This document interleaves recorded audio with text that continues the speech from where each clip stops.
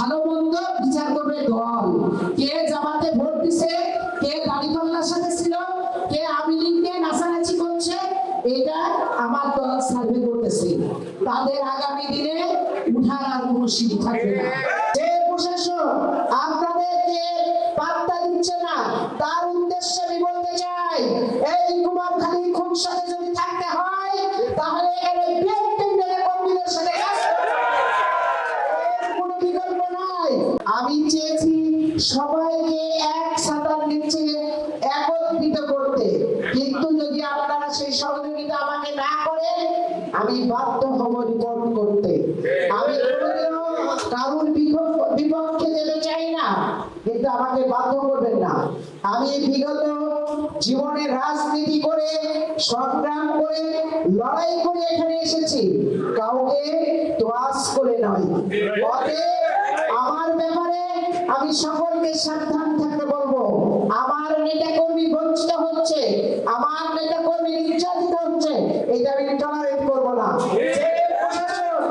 আপনাদেরকে এই নির্যাতনের হুমকি দিচ্ছে, যে প্রশাসন আপনাদেরকে পাত্তা দিচ্ছে না, তার উদ্দেশ্যে আমি বলতে চাই, এই কুমারখালী খুন সাথে যদি থাকতে হয় তাহলে এখানে কর্মীদের সাথে কাজ করতে হবে, কোনো বিকল্প নাই। কোন প্রশাসনকে আমরা বলবো না যে আপনি কারোর ফেভারে কাজ করেন, আপনি জনগণের সাথে থাকবেন, আপনি জনগণের ভালো মন্দ চিন্তা করবেন, তাই বলে বিএনপিকে নির্যাতন করবে, এটা আমি টলারেট করবো না। আর আমি আপনাদের এটাও বলতে চাই, যদি এই ধরনের কোন প্রশাসন যদি ষড়যন্ত্র করে এখানে আপনাদেরকে নির্যাতিত করতে চায়, তাকে এখানে রাখা হবে না। আমি এখানে বাধ্য হব তার বিরুদ্ধে অ্যাকশনে যেতে। আমার দায়িত্ব এটা, কারণ আমার নেতা কর্মী 20 বছর নির্যাতিত হয়েছে, আমার নেতা কর্মী বঞ্চিত হয়েছে। আপনারা তো সুখে ছিলেন, কেন এখন সেই আবার পুনরাবৃত্তি? কিসের আওয়ামী লীগ তো ব্যান, সেই আওয়ামী লীগকে কেন সাথে, সেই আওয়ামী লীগকে কেন মাথায় দিয়ে আপনারা নাচবে? এটা হতে দিব না। আর বিরোধী দল, তারা আমরা কি বিরোধী দলে ছিলাম না? আমরা রাজনীতি করার স্পেস পাইনি। আর এখন আপনারা সুখে শান্তিতে বাচ্চা কাচ্চা নিয়ে ঘরে ঘুমাচ্ছেন, এটাই তো বেশি। আবার কিসের ভাগ চান, কিসের মাথায় উঠতে চান? একদম সোজা রাস্তায় হাঁটেন, আরামে থাকেন, কোনো সমস্যা নাই।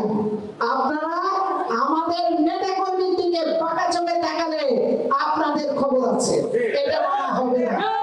কোনোভাবেই আমি এটা বরদাস্ত করবো না। আমি এখানে এসেছি আমার নেতা কর্মীর পাশে দাঁড়াতে, আমি এখানে এসেছি আমি তাদের নিয়ে কাজ করতে।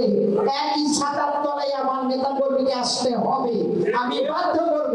আমি এখানে কারুর দলকে আমি কোনো পূজা করতে আসিনি, আমি এখানে সবাইকে একসাথে করে আমি এখানে কাজ করব। যে আসবে না তার প্রতিফল ভালো হবে না, এটা আমি বলে দিলাম। আমি এখানে দায়িত্ব পেয়েছি মন্ত্রী, তার যে ইশারা, তার যে কথা, তার যে দায়িত্ব অক্ষর অক্ষরে পালন করবো। আপনারা ডাকে আর না ডাকে আমি এখানে আসবো এবং এখানে আমি কাজ করব। আমার পাশে আপনারা থাকবেন,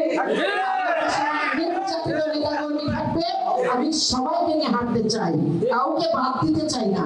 আমার রাজনীতি বাদ দেওয়ার সংস্কৃতি না, কিন্তু কেন আজকে আপনারা এখানে উপস্থিত হলেন না এই কৈফিয়ত আমি চাইব। কোন কারণে আমার অর্ডার আপনারা ক্যারি করেন নাই, এর জবাব দিতে হবে। আমি বলেছি আমি ডাকবাংলায় যাব, 2 দিন আগে থেকে আমি বলতেছি, এ বলে খবর পাই নাই, ও বলে খবর পাই নাই, এসব ক্রান্তিবাদী আমার সাথে চলবে না। আমি তার বিরুদ্ধে অ্যাকশন নেব। সোজা কথা, সোজা পথে হাঁটে হেঁটে গেছেন, আবার এত ফুটানি কিসে?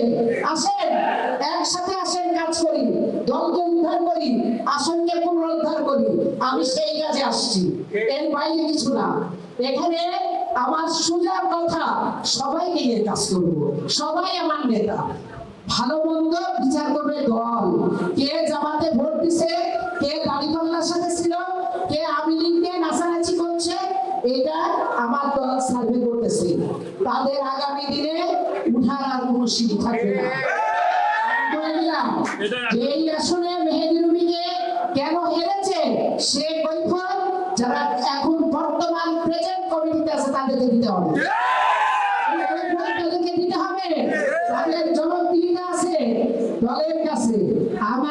এখানে দায়িত্ব আছে, আমি সবাইকে নিয়ে রাজনীতি করতে আসছি, কারণ ক্ষতি করতে আসিনি, কারণ আমি পক্ষ নিতে আসিনি। সবাই দল করি আমরা, জিয়াউর রহমানের দল করি, খালেদা জিয়ার দল করি, তারেক রহমানের দল করি, এর বাইরে কিছু না। কেউ শরীরের লোক হওয়ার দরকার নাই, আপনারা দলের লোক হন, এক সাদার দিলে বসেন, এক মঞ্চে বসেন, তা নইলে আমি আপনাদের কিন্তু ভালোভাবে বলতেছি, আপনারা আমার সাথে থাকেন, আপনারা এখানে সংগঠিত হন, শক্তিশালী সংগঠন করে আমরা আগামী দিনের জন্য প্রস্তুতি হই। দিন যেটাই আছে আমাদের সামনে সেটাকে আমরা সহজ করে তুলি। এই ধরনের বিভেদ আর বিভাজন থাকবে না। যদি আসেন একসাথে কাজ করেন, আমি আপনাদের সকলকে নিয়ে রাজনীতি করব, এর বাইরে কিছু আমার কথা নাই। কিন্তু আমি বারবার বলছি, আর যে প্রশাসন আপনাদের কথা শুনবে না, আপনাদের উপর নির্যাতন করবে, আমার কাছে বলবেন, আমি তার অ্যাকশন নেব। কেন প্রশাসন আপনাদের এইভাবে নির্যাতন করবে? কেন, কোন কারণে? 20 বছর নির্যাতিত হয়েছে, আবারও নির্যাতন? মোটেও না।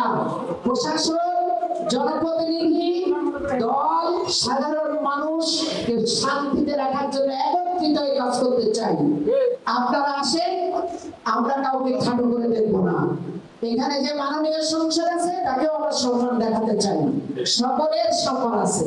কিন্তু আপনারা কেন আমার নেতা কর্মীর উপরে নির্যাতন করবে? এটা কিন্তু কোনোভাবে মানা হবে না। আমি আবার বসবো, আমি ইউনূস সাহেব, ওসি সাহেব, 18 দপ্তরকে নিয়ে আমি আগামী 17-18 তারিখের দিকে আমি আসতেছি, আমি মিটিং করবো, তাদের উদ্দেশ্যে কথা বলবো।